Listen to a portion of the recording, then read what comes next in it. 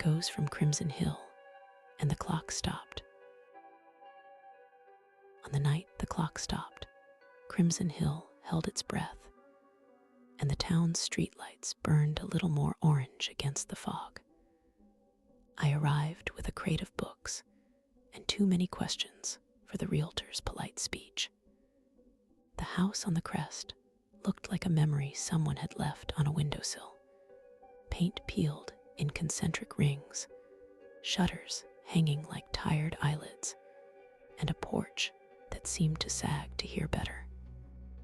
The clock in the square, the one everyone used to time themselves by, froze at 3 minutes past 9. That small pause felt deliberate, as if time there preferred to be consulted. The town Bureau of Records had sent me a list of deeds and a terse note: keep the place cataloged. I was an archivist by trade, practiced in turning human clutter into pages and index cards. This was supposed to be work: shelves, ledgers, orderly stains. Instead, I found silence like a catalog of its own.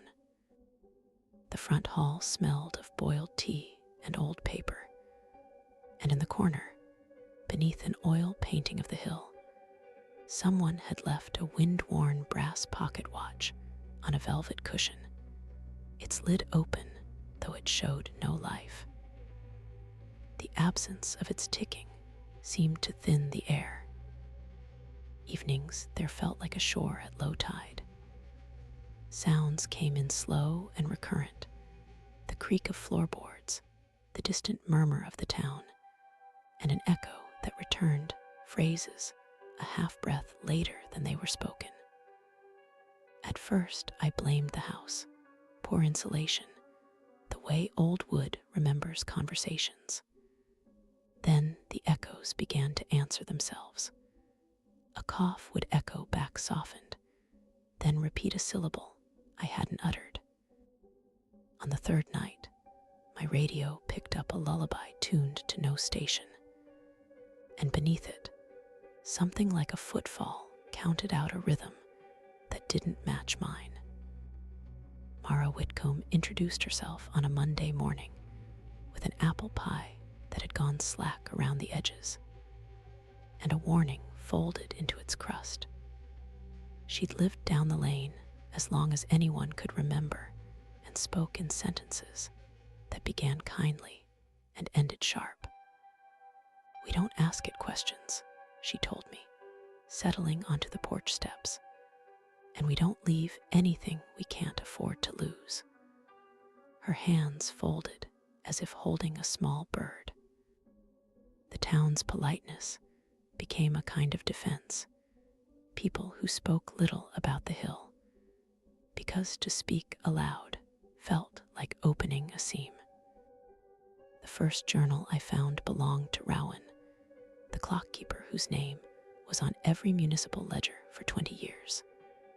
His pages were careful and narrow, the handwriting like a metronome. He wrote about listening, at first, how the hill kept the town's leftover moments. Then he wrote that the hill began returning them. A sentence bled into another, and the careful ledger lines blurred with personal notes. "They come back altered," he wrote. "The minute hand carries a whisper." I carried the journal bedside and read until the dawn thinned like soup. Time at the house started playing with edges. My kettle whistled before the water rose. Photographs on the mantel seemed to blink when I looked sideways. My phone's clock would skim a minute ahead, then correct itself as if embarrassed. And always, at the same peculiar interval, I would hear a hollow ticking beneath the floorboards, too slow for the watch in my palm, and too regular to be the house settling. It sounded patient, like someone counting down who wasn't sure what they were counting to. Curiosity is a practical disease for an archivist. I set a recorder in the parlor and another in the attic, placed my ear to the brass watch like a stethoscope and listened. The playback was patient and obscene. There were hours of static, then a thin chorus, voices layered like panes of glass, repeating fragments of events, laughter cut halfway, someone naming a street that no longer existed, the scrape of a shoe on cobbles. Then, buried under those shards, a cadence that matched the stopped minute on the tower, a subtle insistence that some moments preferred returning exactly as they had been. Attic was smaller than I imagined, and lined with stopped clocks, mantelpieces, wall faces, a child's alarm clock whose bell still smiled in brass. They were arranged like a congregation, each clock's hand frozen precisely where the tower's fracture lay. Dust hung like slow snow. In the center, an old trunk contained what Rowan had been collecting: folded programs, ticket stubs, a bundle of letters tied with blue ribbon, and a faded photograph of a ferret where everyone looked too intent for celebration. It felt less like storage and more like a waiting room. Reading Rowan's later entries felt like watching someone step backwards into fog. He began to catalog returns with a surgeon's patience.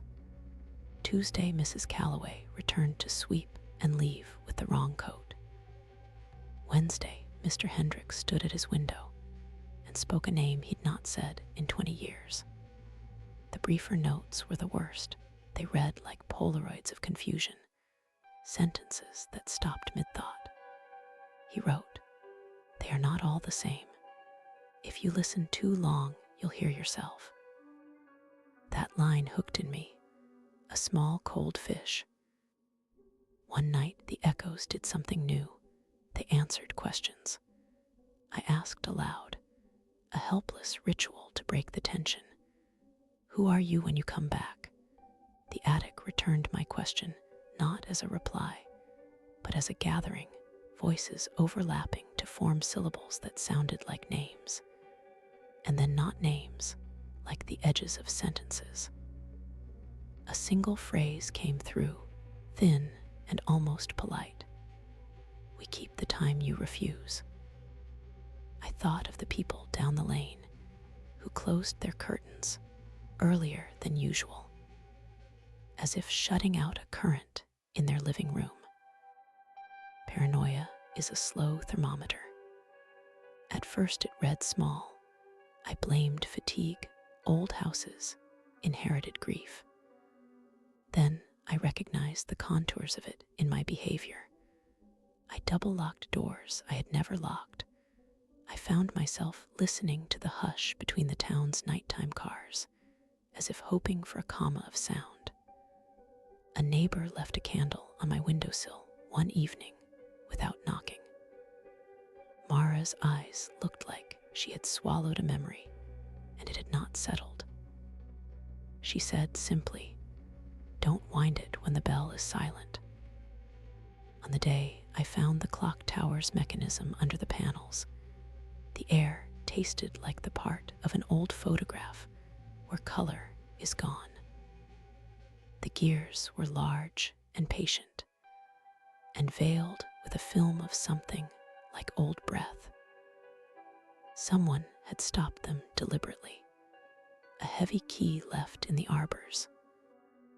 Around the council chamber hung portraits of people who'd overseen the town's time, and in each frame the eyes looked tired, as if they'd been doing the same work for a century and weren't sure whether history was gratitude or penance. I turned the key because curiosity is a kind of apology. The tower didn't resume so much as rearrange itself. A series of soft chimes annotated a memory. Not a single noon, but a layering of small times, dinner bells, a child's bicycle bell, a church's Sunday call that stitched into a sequence that didn't belong in the same day. In that seam, I felt voices like hands, plucking at the edges of me. For an instant, the house outside seemed younger and older at once, and I heard my own laugh slip into a chorus where another me sobered. Another me hadn't yet decided to leave. The clock did not fix anything. It complicated everything. Morning came as usual, but was a different administration. I packed a satchel with journals and the brass watch, and I walked down the lane with Mara at my side. She did not speak until we crossed the square. Then she held up her palm as if warding a blow. "You can walk away," she said, "and the echoes will keep their habits. They like the hill, but they like familiar things too. If you carry a piece of the hill with you, it might follow." I understood then that the watch was not just a keepsake. It was a promise or a leash. I left anyway. Weeks later, I slept in a cheap room beyond the town and thought I had outrun the sound. The pocket watch lay heavy in my palm beside the bed like a pulse.